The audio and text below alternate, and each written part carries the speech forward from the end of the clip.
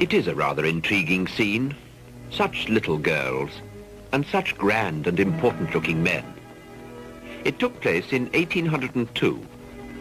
The Prince of Wales and other distinguished Freemasons are watching pupils from the first Masonic school entering Grand Lodge in London. Leading them is the Chevalier Bartholomew Ruspini, a man of strong charitable principles and the founder of the school. It was opened in 1788, the year, incidentally, in which another Freemason, Mozart, composed his last 3 symphonies. Ruspini's school began with 15 little girls, and they were instructed in reading, writing, arithmetic, and needlework. The spirit of care and concern that produced the first school has survived unimpaired to the present day.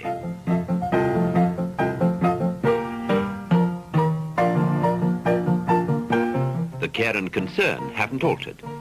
Only the numbers and the breadth of the curriculum have grown.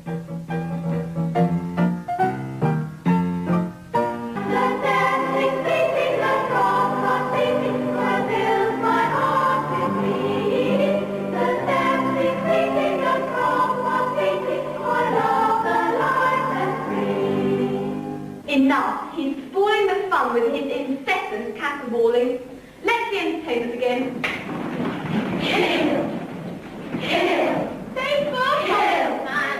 Kill! Faithful! Kill! Kill! We've come a long way since the school of 1788 with those 15 little girls.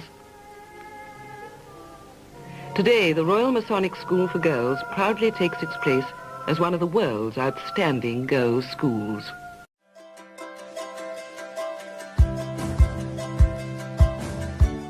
Being at an all-girls school is fun, I would describe it. It's a good learning environment that you can achieve because all the girls get on so well. It's always like a little family, which obviously helps the dynamic of the class flow really well, meaning that we learn a lot and we can achieve a lot. The important thing for us in the senior school is that we offer a truly personalised curriculum. So the girls who are the most academic, who are very keen to move on to the Oxbridge, the medicine courses in later life, have the opportunity to follow that highly academic route as they go through the school. But equally, we cater for the student who perhaps has different interests. Then anybody who knows anything about mind control, MK Ultra, and alternative research can quickly look into the Rainbow Girls, which is an association, basically a splinter off Job's Daughters, but is definitely a major component of Job's Daughters.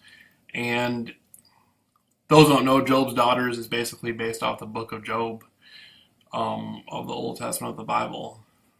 And it's a Freemasonic organization. And Job's Daughters and the Rainbow Girls, this is like classic mind control programming stuff where people wear certain colors and are addressed by the color, like, hey, blue, hey, red, and all this stuff. And the fact that there's Masons, like the neighborhood I live at, there's a Freemason in the neighborhood. And the fact that there's Freemasons who would use underage children to wear certain colors and to participate in street theater with sexual connotation. Like, that's what do you think they're doing in these lodges? What do you think they're doing behind the doors with the Rainbow Girls? I'm Grand Master Levesque, Grand Master of the Masons in Michigan, and I wanted to take a few minutes out of my time to introduce you to a couple of special friends that I brought with me today. We're here at the Amway Grand Plaza in Grand Rapids, and we're celebrating the annual session of Job's Daughters International, and we're here in the Ambassador Ballroom. I have with me today Angie Greer and Sydney Hovius. And you're going to learn a little bit more about them as we go on. And first, let's take a moment and find out a little bit more about Angie. Angie is going to become the Grand Bethel Honored Queen of Job's Daughters. Angie, thanks for being out here today. Thanks for having me. This thing called Job's Daughters, the Masons in Michigan are curious about it because they've never been to a meeting of Job's Daughters. Tell me, what's a Job's Daughter? A Job's Daughter is a girl between the age of 10 and 20. Okay. Is that it? Does she have any Masonic affiliation? Yes, she has to be related to a Master Mason to be in Job's Daughters. What's your Masonic affiliation? My father is my Masonic affiliation. Tell us about your dad a little bit. Where is he a Mason? He's not so active in Masons now because he's more active in Job's Daughters. But he was a Mason of Welfare Masonic Lodge. 590. 590, yeah, sure. Where is that? It's in Genesee County, but we live in Flint, so it's like 5 minutes away from our house. So, yeah. And that's how you learned about Job's Daughters, from your father? Yes, my grandfather was a Mason also, but I did learn it from my father because I'd never knew my grandfather. Great. Excellent. So tell us a little bit about Job's. How come we're here this weekend? What's going on? Well, this is our grand session, and it's an annual meeting place. We obviously meet here once a year, annual meeting place, okay? Well, basically, the real purpose of this grand session is to elect the new Grand Bethel Junior Princess, which is a state officer who will be moving up the line to eventually be what I'm going to be starting tomorrow, Grand Bethel Honor Queen. Oh, so wait, you were elected to this Grand Bethel Junior Princess. How long have you been doing this? It's a 3-year line, so 3 years. 2 years ago I was elected. So do you get to travel any? Yes. I actually went to Canada, which is the farthest I've gone with Job's, but yeah, for an Amaranth meeting with the Job's. They were doing the Lighted Cross there. So, like, you have local groups of Job's Daughters. What are they called? Bethels. Bethels. Bethels. Cool. I want to come and visit a Job's Daughters Bethel, and as a Mason, I've never been, so what do I have to do? What do you mean? What do you have to do? Do I have to do anything special to show up to a meeting? Well, if you've never attended a meeting before, you have to assume a pledge of honor. Just keeping not our secrets, but making sure that all of our work will be kept under wraps, I guess. So, I have a question for you. I have an answer. I see rainbows in the sky all the time. How do you relate to the Rainbow Girls of Michigan? I don't know what it means to be a rainbow. Can you tell me? Well, we mostly get rainbow because in the Bible there's a verse that the rainbow is the ancient promise of God to his people that he will never again destroy the world by flood. So if you look at our stations, we have faith, hope, and charity. But the greatest of these is charity. So we're that promise. Hi friends, Shani here. I wanted to make another video today of another interesting King James Version Bible that I found recently. I have a really awesome used bookstore up here where I'm at, and I come across some interesting things. I made on the Masonic and the Order of the Eastern Star, the Baphomet there. Y'all can say whatever you want, it's a Baphomet. And then I found this one, which is for the Rainbow Order for girls, for teenage girls. And there's just some weird stuff in here, and I wanted to share it with you. So here you see. Let me first open it up. It says the pathway of initiation, and it has a verse, and it says, "What is a rainbow? The quest of girlhood on the journey of life. A hidden gate between reality and enchantment. An ideal made by real enchantment." It's like straight out of the New Age Handbook. Isn't that crazy? I just find that crazy. Some other reading, Why Rainbow, History and Purpose of Rainbow. The Order of the Rainbow for Girls is an international organization for girls of Masonic and Eastern Star homes and their girlfriends. Different promises here that have different scriptures. The youth movement, ritual. Even though I know that this is a Masonic Bible for young girls, and I'm trying to read my notes here. And how man puts his words and his rituals and his opinions and his feelings before God's words. That really is what these Masonic Bibles show, to me, is man's words before God's words. And I don't know if any of you knew that these even existed, and I didn't until I found them. So, just kind of crazy. Man. Okay, ritual. As the ritual of the order is grouped around the color stations, the following passages are suggested as additional references for ritualistic study.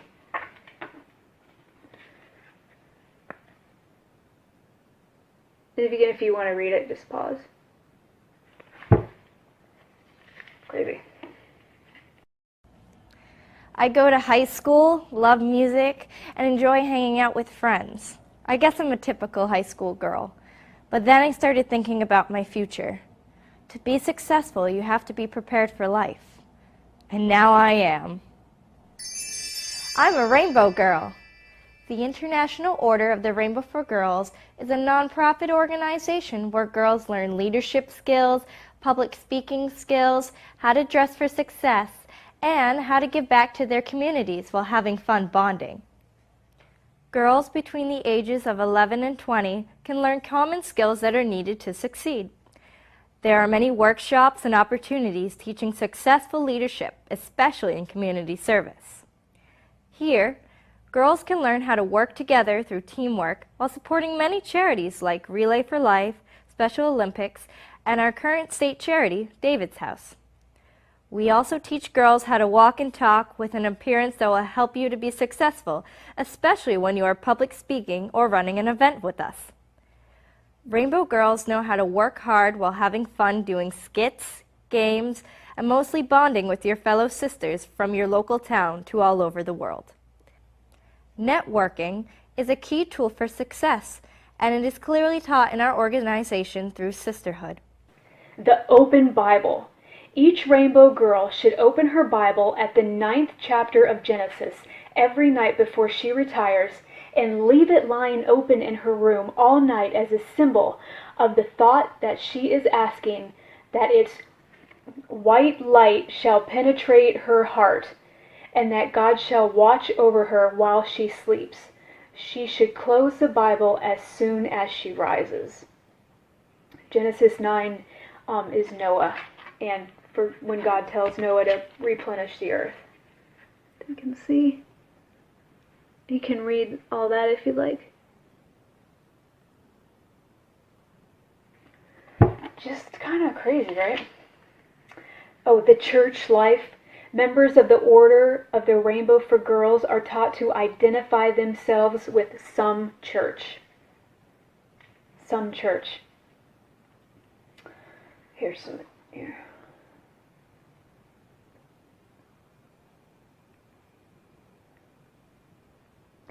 So another thing I found interesting is of all of these Holman Bibles, it even came with a little box. They were all printed in the 40s. And I've, looked around, and again, if anybody has any of these or has seen any of these Masonic Bibles from more recent times, again, these that I have and all the ones I have seen are from the 40s. So let's go into a little bit of history about the Eastern Star, or the Order of Eastern Star, the OES, or as they like to be called, the Star. Okay, it's a Masonic organization that's really a sister organization to the Freemasons, or as I like to call it, the Ladies Auxiliary of the Masonry. The sisterhood. The sisterhood. It boasts that it's the largest organization, the largest secret organization in the world, and in which both men and women are eligible. The majority of the members are females. Now, in Dr. Rob Morris, who's very well known and active, he's an active Mason, is credited with founding the Eastern Star around 1868, somewhere in there. But the origin of the order is also said to be shrouded in mystery, just like the origins of their brothers, the Masons. Some historians for the order state that the Eastern Star founding does predate Morris's, going back as far as 1730 in France, having roots in the French. And this is This is what I thought was very interesting. It has roots in the androgynous Masonry, also known as the adoptive rite. What happened was back then, these guys used to dress up like women. Great. Yeah, guys used to dress up like women, and you know, parade around and do their little, you know, whatever they did. But anyways, Morris did admit in 1852 that he borrowed the structure of the organization from the French, who introduced the androgynous degrees to America when they came out to help, you know, they helped to fight against Great Britain during the American Revolutionary War. And you know, but the OES does have the Masonic ties. We're going to go into, and we're going to show you that.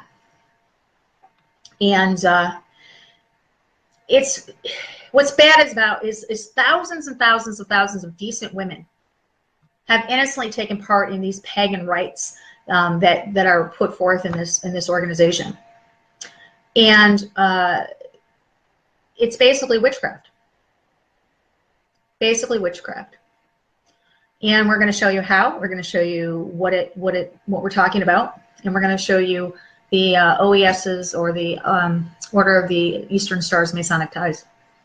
So as you can see, it's the 5-pointed star of the Eastern Star, the 5-pointed star. And if you look, and that's on to the left, and you see the red, the blue, the yellow, the white, and the green. Okay. Those colors are going to come into play. We're going to explain to you what those colors are, what they mean in witchcraft. The 5-pointed star, that's the pentagram. All right. So for the Eastern Star members who may still be unconvinced about the paganism in their organization, we're going to take a look at Rob Morris. He's a founder of the Eastern Star, boasted about his origins. This is what he wrote. These are in his own words.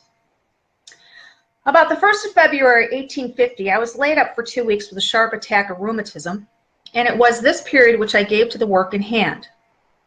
By the aid of my papers and the memory of Mrs. Morris, I recall even the trivial occurrences connected with the work, how I hesitated for a time, now I dallied over the name, how I wrote face to face with the clock that I might keep my drama within due limits of time, etc. The name was first settled upon the Eastern Star. Next, the number of points, 5, to correspond with the emblem of the master's carpet. This is the pentagon, the signet of King Solomon, and eminently properly to adoptive Masonry. The colors, the emblems, the floral wreaths, the esoteric property to these 5 heroines were easy of invention. They seemed to fall ready-made into my hands. The only place of mechanism difficult to fit in to the construction was the Kabbalistic motto, but that occurred to me in ample time for use. So the selections were Jephthah's daughter, in illustrating respect to the binding force of a vow. Ruth, in illustrating devotion to religious principles. Esther, as illustrating fidelity to kindred and friends. Martha, as illustrating undeviating faith in the hour of trial. Electra, as illustrating patience and submission under wrong. These are all Masonic virtues, and they have nowhere in history been more brilliant than we exemplify them in the 5 characteristics presented in the lectures of the Eastern Star. Well, doesn't that sound so pious and religious? Morris continues. It is a fitting comment upon these statements that in all the charges that the Eastern Star has experienced, that so many hands for 34 years, no changes in the name, histories, or essential lessons have been proposed. Well, that's not true, because in 1855, Henry Wilson Coils, which is 33rd degree Mason, revised the names. They were changed. So Lori Cabot, she was a witch. She was a Eastern Star, and she says, death to Hecate was said to meet the departed souls and lead them to the underworld. And so Hecate became known as the Queen of the Witches. This brings to mind that the star used in the Eastern Star represents Hermes, who also was the conductor of the dead to the underworld. Hecate was the name in which Diana was known in the infernal regions in heaven. Her name was Luna. It is no wonder that Hecate is called the Queen of the Witches, since she taught sorcery and witchcraft. But why would this be the one of the goddesses chosen for the Eastern Star under the name of Luna? Could it be that the person who selected these names was well versed in mythology and witchcraft? Diana's symbol, by the way, is the crescent, and the star, which is the fertility symbol and the symbol of witchcraft.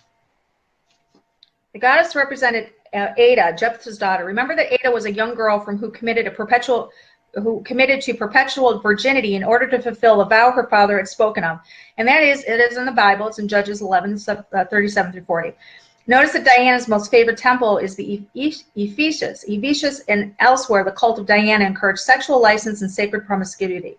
The idolatrous statue of Diana depicted with multiple breasts signifying her sensual nature.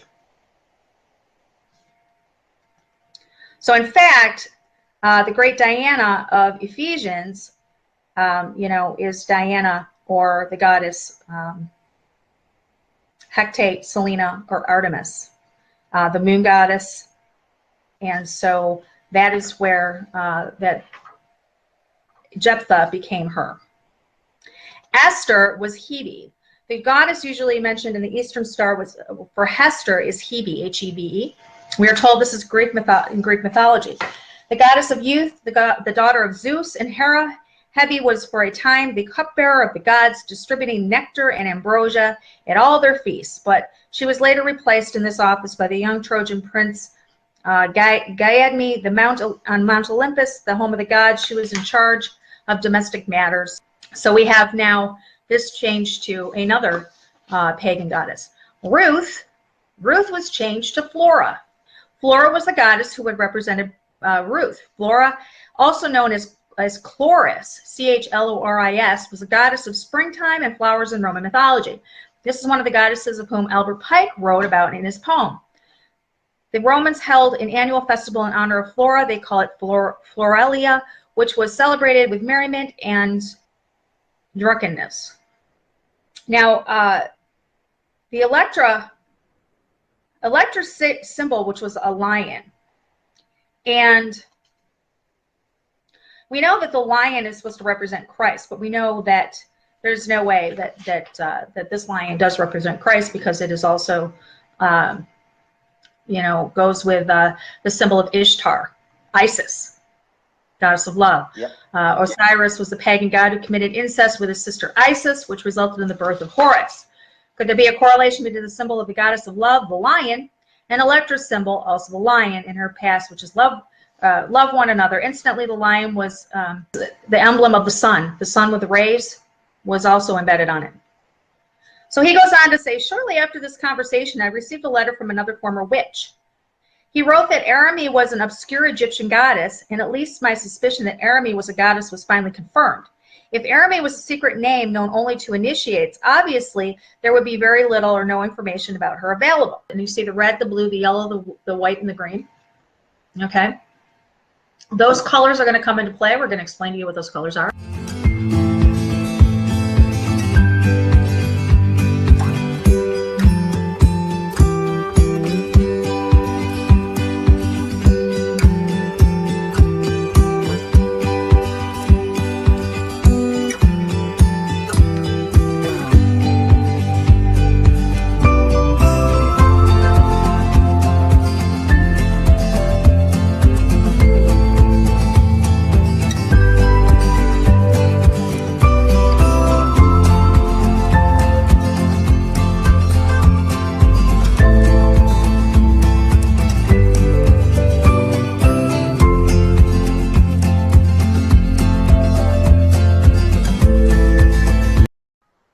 Here's the thing, guys. Eastern Star is a secret organization. You are not going to get anything from a person who really belongs to the Eastern Star. They're going to tell you lies. They're going to tell you deceptions. They're going to cover up what they know because they are sworn to secrecy. And all the actors were high Masons. If you take those early actors, Frank Sinatra, all of those that were involved in those movies, John Wayne, they were all 33-degree Freemasons. And if you follow it down through the line to this very day, most of the actors, I would say the great majority, if not all, of the major actors are all high Masons. All the singers, all of them. Kim bunlar? Gerçek ışığı arayan adam.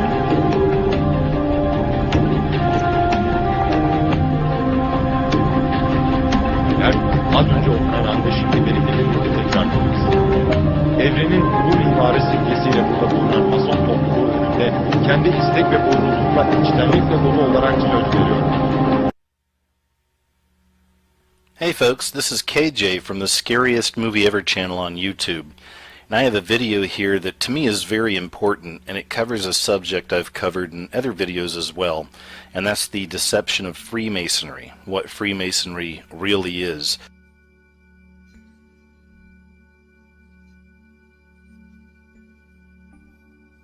Now, I get attacked consistently on my videos about Freemasons from people that say they're Freemasons. I wanted to make this video and just show you this, and that way we can just end the discussion.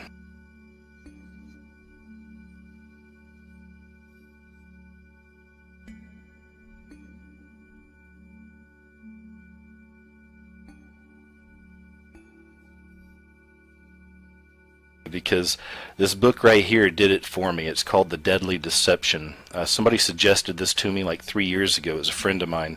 It's from Jim Shaw, and this guy was an actual 33rd degree Mason. He made it all the way through. I'm just reading a few of the pages, and I'm going to let you see from his own words what happened, kind of the way that he first realized he was about to become the 33rd, and then all the way kind of through the process and what happened.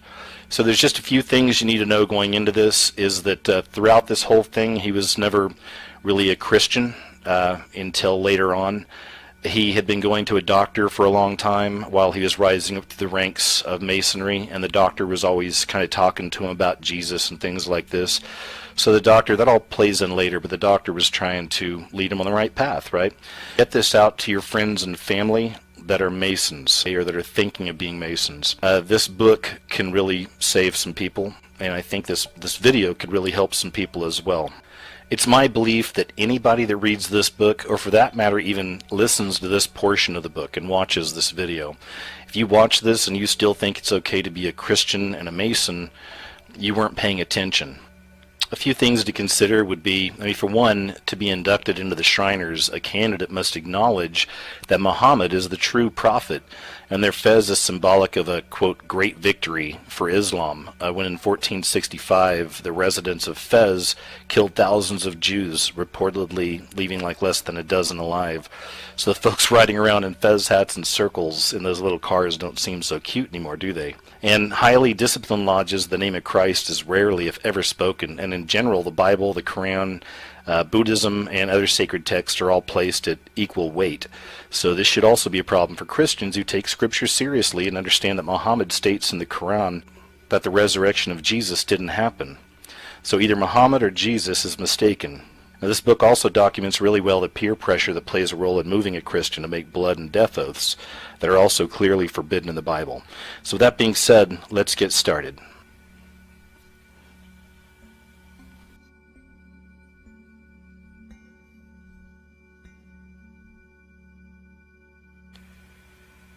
Easter was approaching, and one quiet morning I was at home recuperating from the second operation when the doorbell rang. It was a special delivery letter from the Supreme Council in Washington notifying me that I had been selected for the 33rd degree. I could hardly believe it was true. This honor is one most Masons never even think of receiving. It was too much, too far out of reach, beyond limits of reality. It was unreal to think I had actually been selected. It was an honor just to be considered for this ultimate degree, and I had actually been selected, chosen by that small and powerful group, the Supreme Council of the 33rd degree. I called Bonnie to share the good news with her. In talking with her, I surprised myself by asking her if she thought I should accept it. What a strange thing to ask, I thought, but before I could contemplate it, she said, Why, sure. Why wouldn't you accept it? You've worked so hard for it. It's taken you so long to get there. By all means, you should accept it. So I returned my acceptance immediately and began making plans for the trip.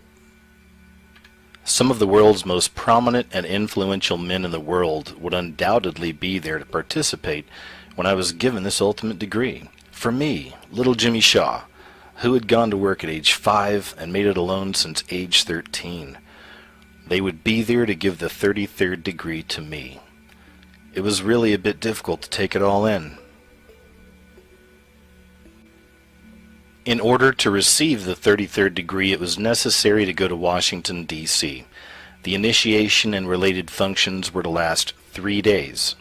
Since Bonnie could participate in practically none of these things I would be doing each day, she decided not to go along. We were both excited as I made preparations to leave, but I was not as excited as I expected to be. The edge was taken off the excitement because inside me it was mixed with a considerable amount of conviction. Way down deep there was a growing restlessness, an increasing conflict, produced by the things the doctor had been sharing and by all the scripture I had been reading. Preparing to receive this ultimate honor was not as thrilling as it might otherwise have been. I flew into Washington National Airport and took a taxi to the house of the temple on Northwest 16th Street. Upon arriving at the temple, I was met by a receptionist who asked if I were there to receive the 33rd degree. I was surprised to find a woman in those sacred Masonic precincts, but said that I was and showed her my letter from the Supreme Council. She then told me that in order to receive the degree, I would be expected to make a, quote, minimum donation of a very large amount of money. At least it was a really large amount for me. So this took me completely by surprise, for there had been not a word about any such minimum donation in the letters sent me by the Supreme Council. I didn't carry that much money with me and had left my checkbook at home, but I was able to borrow some of the money from one of the other men, and I gave it to her. We candidates were all unhappy about this unpleasant surprise and grumbled to one another about it, but were not unhappy enough to forsake the degree over it. We were too close to the top of the mountain to turn back at this point.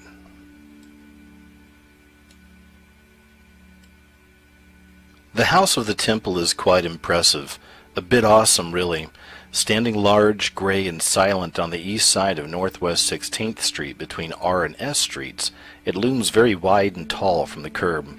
There is a huge expanse of granite pavement in front of it, including 3 levels of narrowing steps as the entrance is approached. Flanking the entrance are 2 sphinx-like granite lions with women's heads, the neck of one entwined by a cobra and decorated with the ankh. Adorning the neck and breast of the other is an image of a woman, symbolic of fertility and procreation. In the pavement, just in front of the tall bronze doors, are 2 Egyptian swords with curved, serpentine blades, and between the swords, brass letters set in stone saying, "The Temple of the Supreme Council of the 33rd and last degree of the ancient and accepted Scottish Rite." Over the tall bronze doors, cut into the stone, is the statement, "Freemasonry builds its temples in the hearts of men and among nations." High above the entrance, partially concealed by stone columns, is an elaborate image of the Egyptian sun god, backed with radiating sun and flanked by 6 large golden snakes. Inside is elegance. Polished marble, exotic wood, gold, and statuary. There are offices, a library, dining room, kitchen, council room, temple room, and a large meeting room. This room is like a luxurious theater, rather elegantly furnished and decorated. The ceiling is dark blue with lights set into it and give the appearance of stars. These lights can even be made to twinkle like stars in the sky. There's a stage well equipped and it's very nicely done, but the thing that is most noticeable is the way the walls are decorated with serpents. There are all kinds of serpents, some very long, some very large, some very small. Many of the Scottish Rite degrees include the representation of serpents, and I recognized them among those decorating the walls. It was almost impressive and gave me a strange mixture of the sensations of being in a temple and in a tomb. Something sacred but something threatening. I saw busts of outstanding men of the Rite, including 2 of Albert Pike, who were buried in the wall. The first day was devoted to registration, briefings, and interviews.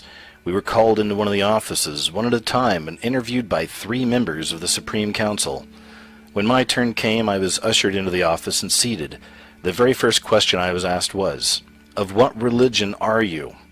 Not long before this, I would have answered with something like, "I believe the ancient mysteries, the old religion, and I believe in reincarnation." However, without thinking at all about how to answer, I found myself saying, "I'm a Christian."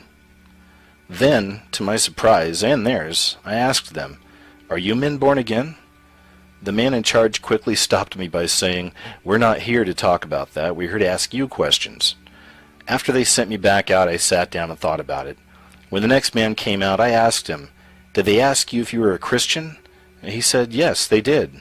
"Well, what did you tell them?" I asked. And he replied, "I told them hell no, and I never intend to be." Then he said a strange thing to me. He said, "You know, they said I'm going higher." And he left through a different door, looking pleased.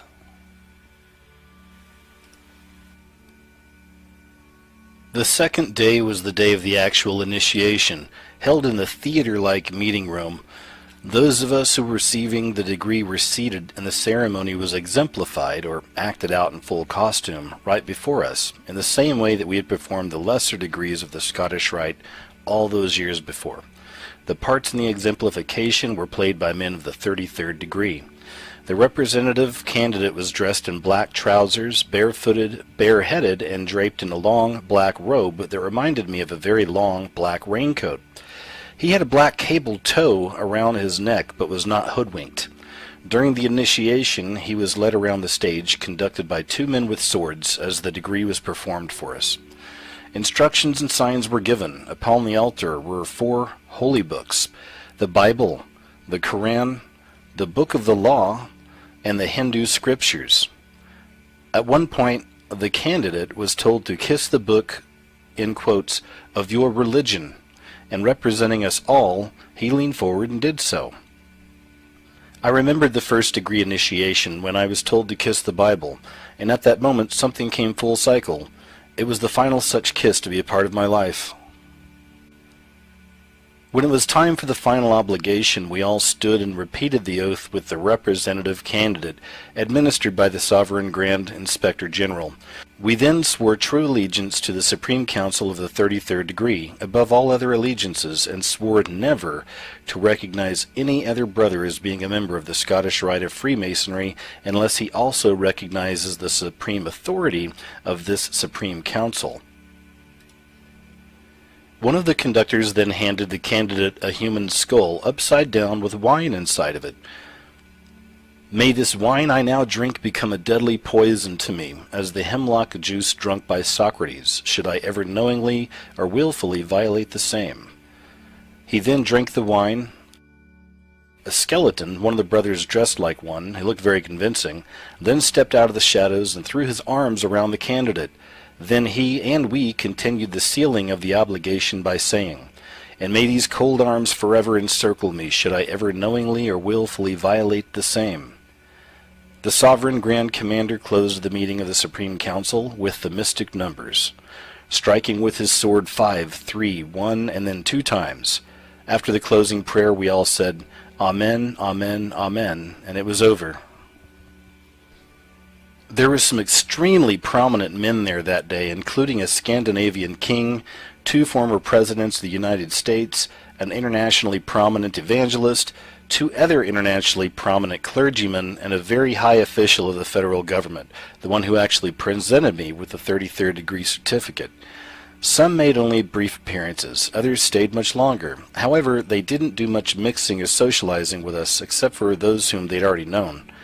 Even though these celebrities weren't extremely brotherly, it was still quite an experience for me just to be associated with them.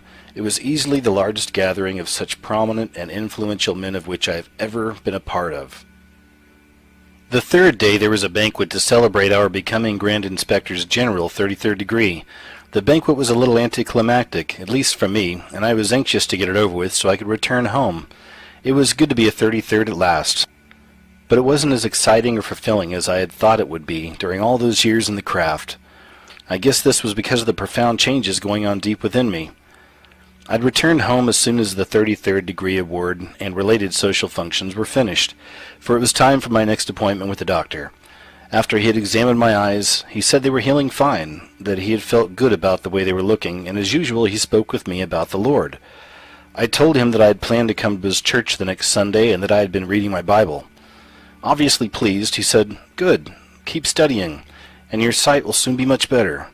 By this time I knew what he meant. He was speaking of my spiritual sight. In the Scottish Rite, the Thursday before Easter is called Maundy Thursday, and it's a very important day. On this day we always performed a special service of communion in the local Scottish Rite temple. At this time I was Wise Master in the chapter of Rose Craw, and it was my job to preside over the exemplification of the ceremony. I had done this many times, and was known for my knowledge of the service and for doing a good job. On Thursday evening we gathered at our home temple and dressed for the ceremony. It was always a most solemn occasion and seemed a little awesome at the same time, even to those of us who had done it so many times before. We were dressed in long, black, hooded robes. We marched in, single file, with only our faces partly showing, and we took our seats. There was something very tomb-like about the setting. The silence was broken only by an organ, playing mournfully in the background, and there was no light except for the little bit that came through the windows. After the opening prayer, from which the name of Jesus Christ was conspicuously excluded, I stood and I opened the service. As I had done so many times before, I said, "We meet this day to commemorate the death of our most wise and perfect Master, not as inspired or divine, for this is not for us to decide, but as at least the greatest of the apostles of mankind." As I spoke these words that I had spoken so many times before, I had a strange and powerful experience. It was as if I were standing apart, listening to myself as I spoke, and the words echoed deep within me, shouting their significance. They were the same words I had spoken so many times before, but had meaning for me now. They made me sick, literally ill, and I stopped. The realization of what I had just said grew within me like the rising of a crescendo. I had just called Jesus an apostle of mankind, who was neither inspired nor divine. There was a silent pause that seemed to last a very long time as I struggled with a sick, smothering within. When I was fully able, I continued with the service, and we gathered around a large table across the room in marching order. Once we were assembled at the table, I elevated the plate of bread, and I took a piece. I put my hand on the shoulder of the man in front of me, gave him the plate, and said, "Take, eat, and give to the hungry."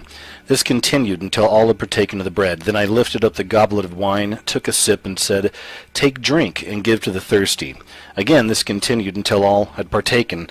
Then I took the bread, walked over to the first row of spectators, and served it to the man previously chosen for the honor of representing the rest of the lodge. As I handed it to him, again I said, "Take, eat, and give to the hungry."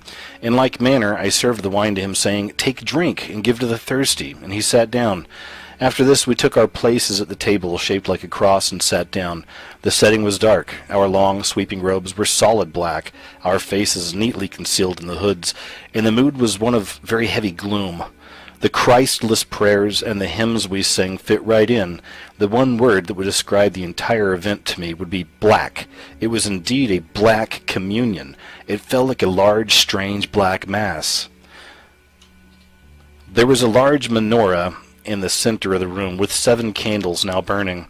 Standing again, I said, "This is indeed a sad day, for we have lost our master. We may never see him again. He is dead. Mourn, weep, and cry, for he is gone." Then I asked the officers to extinguish the candles in the large menorah. One by one they rose, they walked to the center of the room, and extinguished the candle, leaving the room right after. Finally, with only the center candle still remaining, I arose, walked sadly to the menorah, and extinguished the last candle, the candle representing the life of Jesus, our most wise and perfect Master. We had dramatized and commemorated the snuffing out of the life of Jesus, without once mentioning his name, and the scene ended with the room in deep, dark silence.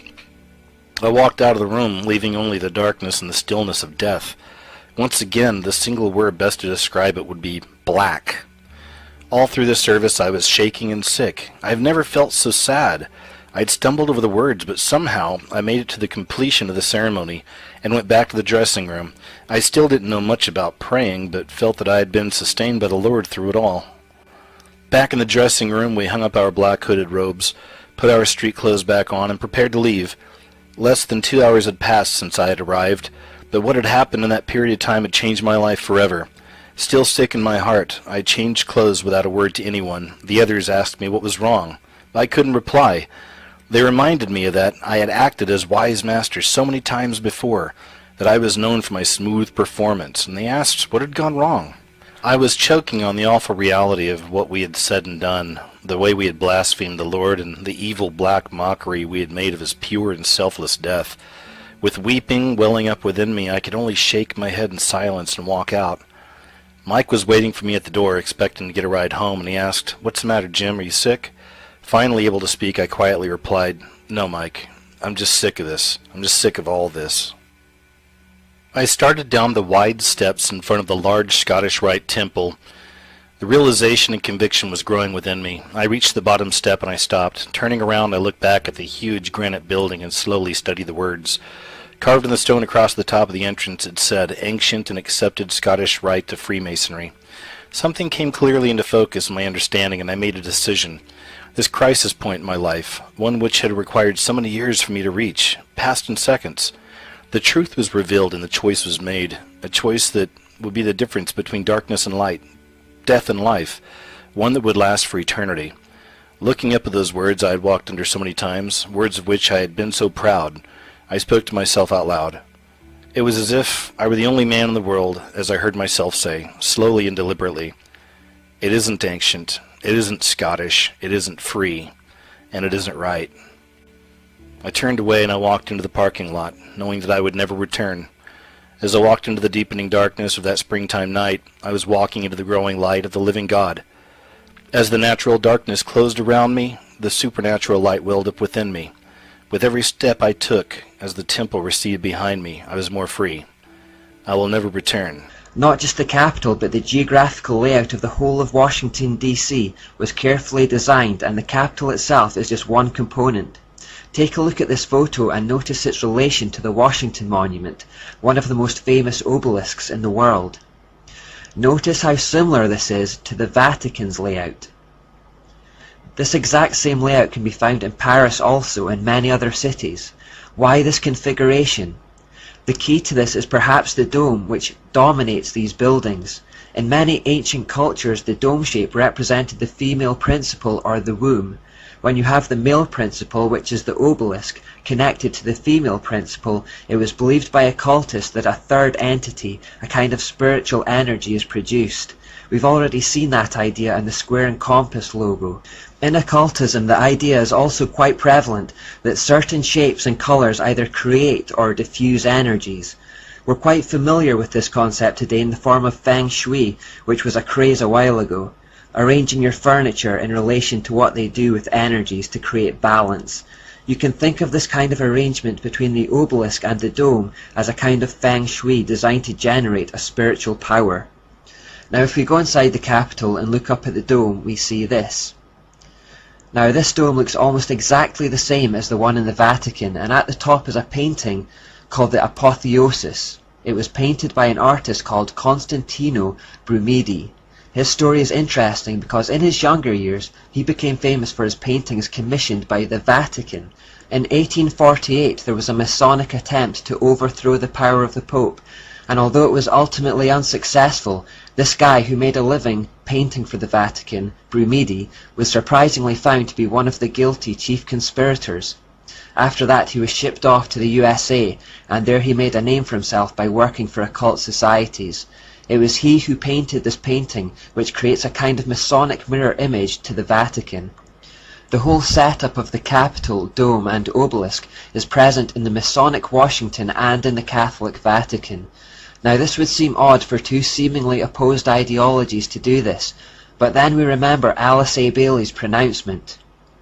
There is no question, therefore, that the work to be done in familiarizing the general public with the nature of the mysteries is of paramount importance at this time. These mysteries will be restored to outer expression through the medium of the Church, and the Masonic fraternity.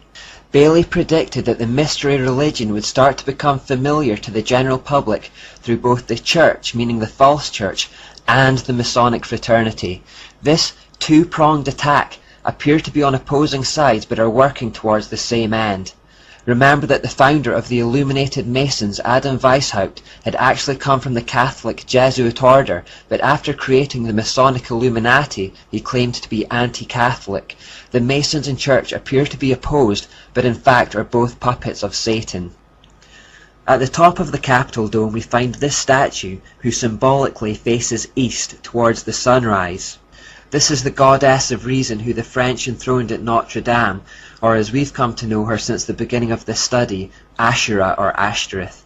She pops up absolutely everywhere. This particular idol was designed by a Freemason, Thomas Crawford, and is standing on top of a spherical shape which almost certainly represents the earth, around which is written in Latin, E pluribus unum. This means, out of many, one. Now remember, there's always a light side and dark side to every symbol, so the lighter good meaning for public consumption is calling for the unity of the American people, which was made up of immigrants. The dark hidden meaning is that the whole world will be united under the feet of this enigmatic goddess. The American form of Asherah is mostly known as Columbia. The DC in Washington, D.C. actually stands for Washington District of Columbia, so effectively it's like saying that it's her district, her territory where she rules. Now the definition of apotheosis is the exaltation of a subject to a divine level. So who are they exalting to a divine level here? Well, if we look closer, we see that it's the same man who stands under the dome, George Washington.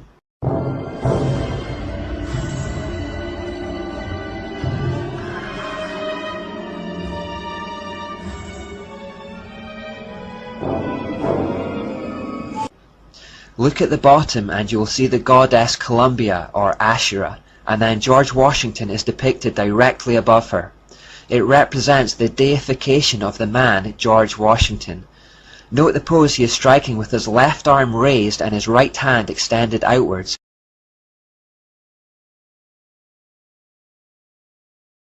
He was depicted in a similar manner when this statue was commissioned.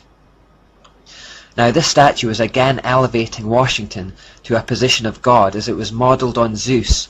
It was meant to go on display at the Capitol, but after it was found to make people uncomfortable, it was moved to the Smithsonian Museum instead. What is extraordinary is that this pose is more commonly associated with Baphomet, the horned goat god that represents Satan. Remember when we turned the pentagram representing man upside down, we got Baphomet. So if the painting intends to elevate the man Washington to the level of a god, we are forced to ask the question, what kind of god? Incidentally, while Baphomet is on the screen, you may also notice that it has both male and female features, which is the usual male and female, light and dark from one source theme that we've already seen countless times. If we go back to the painting one more time, we see that the other figures that surround Washington are also ancient gods and goddesses from pagan mythologies.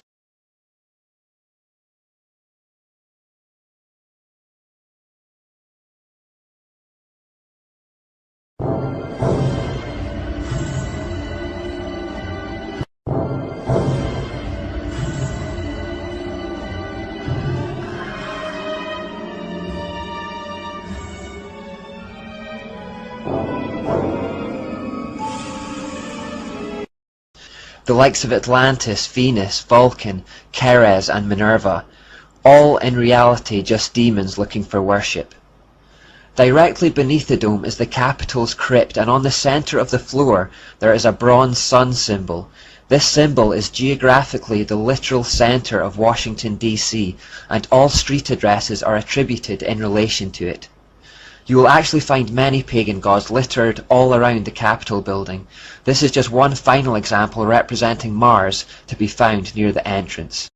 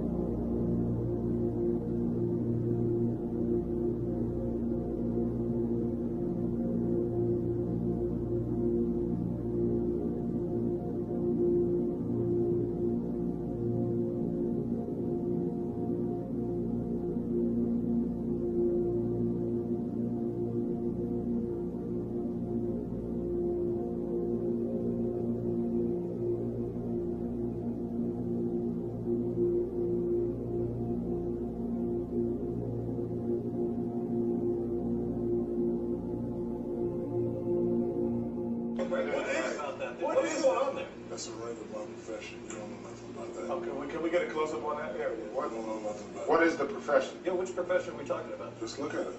Is it a legal profession? Of course it's legal. It's a ring of my profession. I'm trying to read it. Okay. It's too many diamonds. Ah, Yeah, that's too bright. That's too bright. Well, anyway. Oh, Mason, are you a Mason? Of course I am. Okay.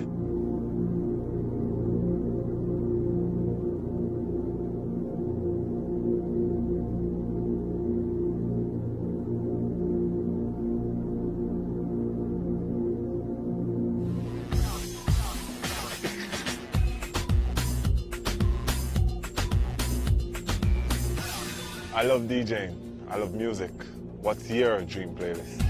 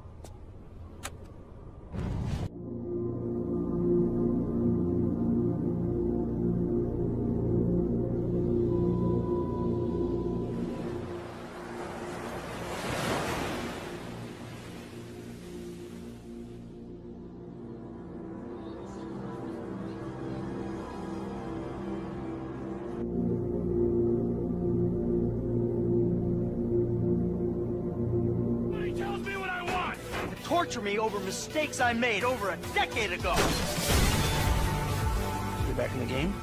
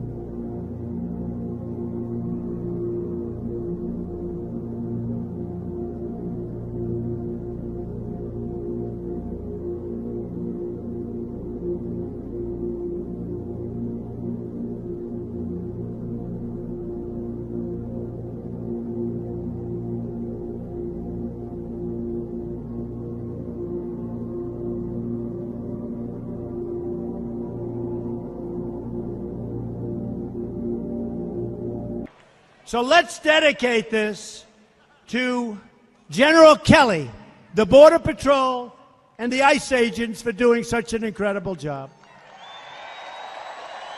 Right? This was written by Al Wilson a long time ago. And I thought of it having to do with our borders and people coming in. And we know what we're going to have. We're going to have problems. We have to very, very carefully vet. We have to be smart. We have to be vigilant. So here it is, the snake.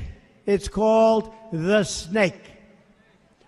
On her way to work one morning, down the path along the lake, a tender-hearted woman saw a poor, half-frozen snake. His pretty-colored skin had been all frosted with the dew. "Poor thing," she cried, "I'll take you in, and I'll take care of you." The border. "Take me in, O tender woman. Take me in, for heaven's sake. Take me in, O tender woman," sighed the vicious snake. She wrapped him up all cozy in a comforter of silk and laid him by her fireside with some honey and some milk.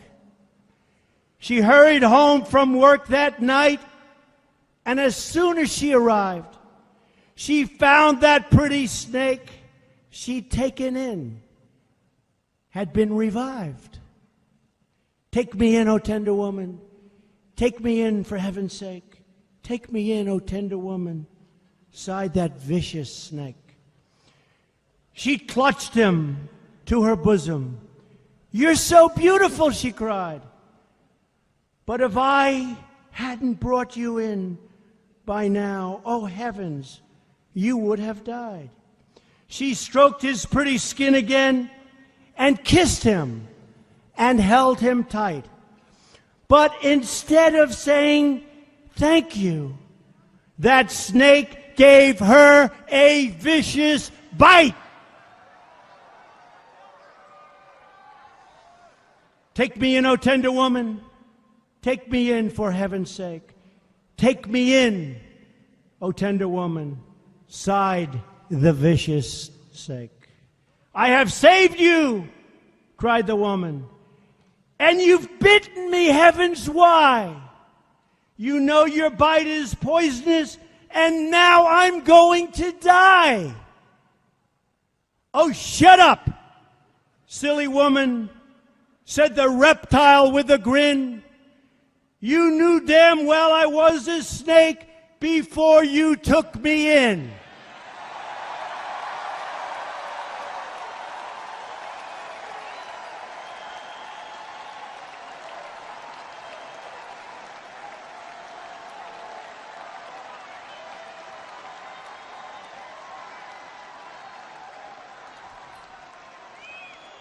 Does that explain it, folks? Does that explain it?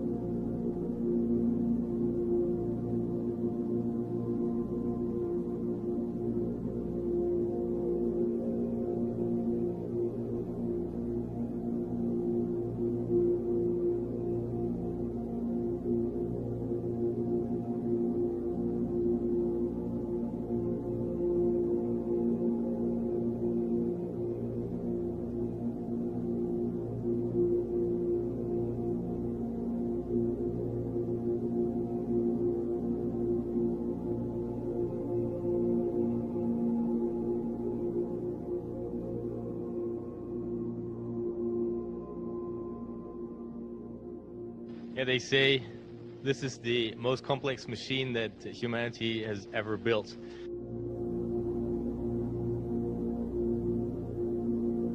And I want to, like as they said, thank everyone as we go forward. And with that, we'll say increment 42 has begun. All right? Congrats. All right. Congratulations. Congratulations. Thank you all.